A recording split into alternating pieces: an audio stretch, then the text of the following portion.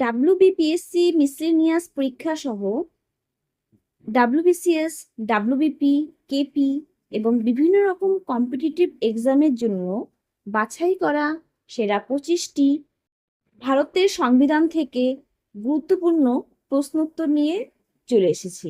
নমস্কার বন্ধুরা, golden education ওয়ার্ল্ডে সকলকে স্বাগত জানাচ্ছি। চলো তাহলে ভিডিওটি দেখে নাও।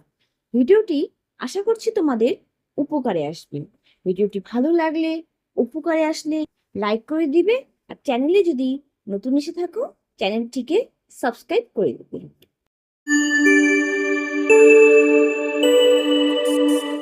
প্রথম প্রশ্ন দেখে নাও। পদাধিকার বলে রাজ্যসভার সভাপতি হলেন। এখানে উত্তর হবে বি, উপরাষ্ট্রপতি। সংবিধানের 63 নং ধারা অনুযায়ী একজন ব্যক্তি উপরাষ্ট্রপতি পদে নিযুক্ত হন। উপরাষ্ট্রপতিকে শপথ বাক্য পাঠ করান রাষ্ট্রপতি। পরের প্রশ্ন, কোন সংবিধান সংশোধনীর মাধ্যমে সম্পত্তির অধিকারকে মৌলিক অধিকারের তালিকা থেকে বাদ দেওয়া হয়? এখানে উত্তর হবে সি, 44তম। 44তম সংশোধনীতে সম্পত্তির অধিকারকে মৌলিক অধিকার থেকে বাদ দিয়ে আইনগত অধিকারের স্বীকৃতি দেওয়া হয় ধারা 300A অনুযায়ী। পরের প্রশ্ন, ভারতীয় সংবিধানের কোন অনুচ্ছেদে অ্যাটর্নি জেনারেল সম্বন্ধে উল্লেখ আছে? এখানে উত্তর হবে এ, 76।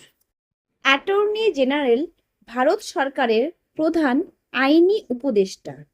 অ্যাটর্নি জেনারেল যে কোনো আদালত বা পার্লামেন্টের যে কোনো কক্ষে বা যৌথ অধিবেশনে উপস্থিত থাকতে পারেন ও মতামত দিতে পারেন, কিন্তু ভোট দিতে পারেন না।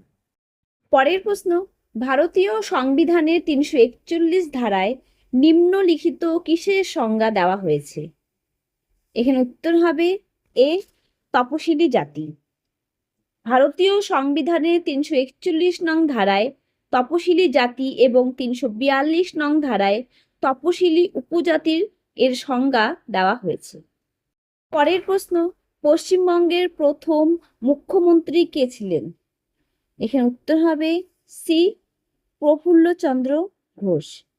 পশ্চিমবঙ্গের প্রথম মুখ্যমন্ত্রী ছিলেন ডক্টর প্রফুল্লচন্দ্র ঘোষ।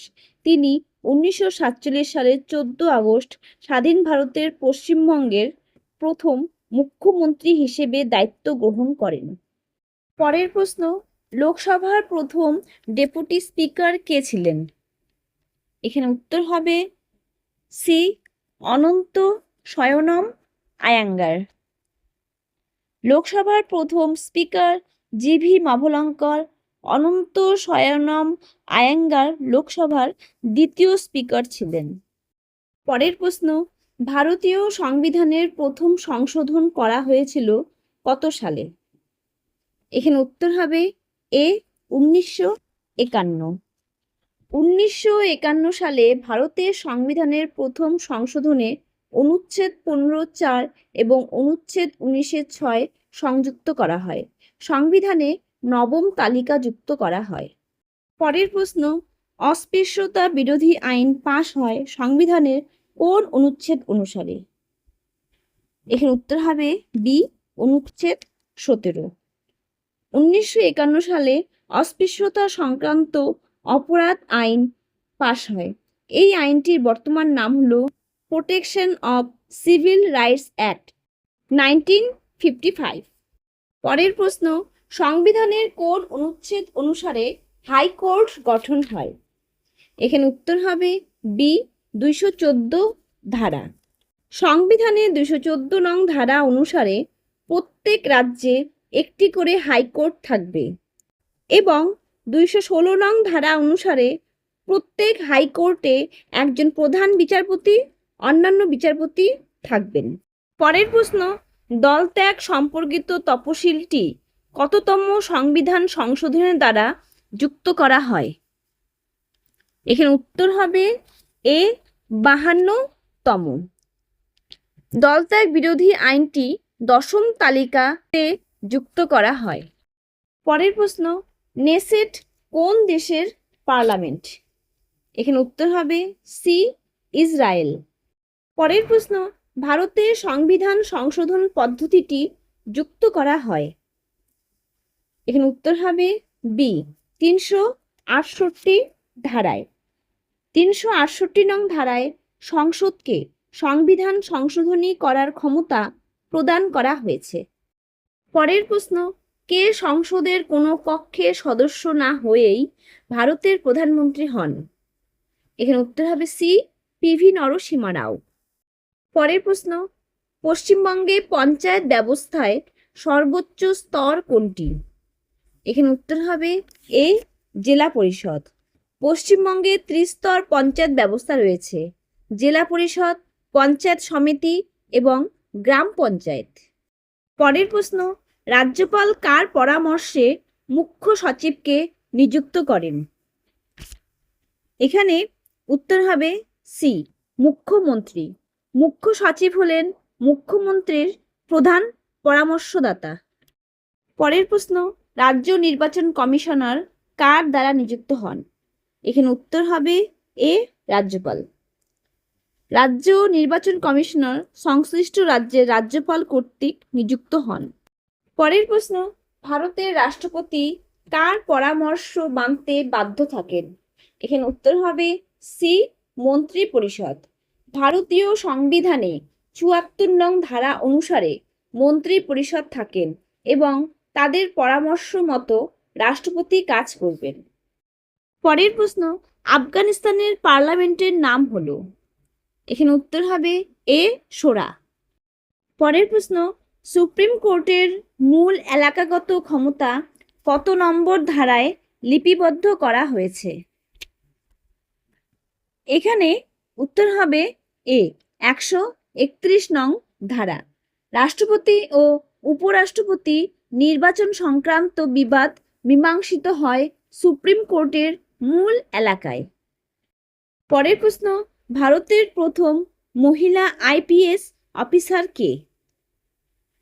এখানে উত্তর হবে সি, কিরণ বেদি। পরের প্রশ্ন, ডুমা কোন দেশের পার্লামেন্ট? এখানে উত্তর হবে ডি, রাশিয়া।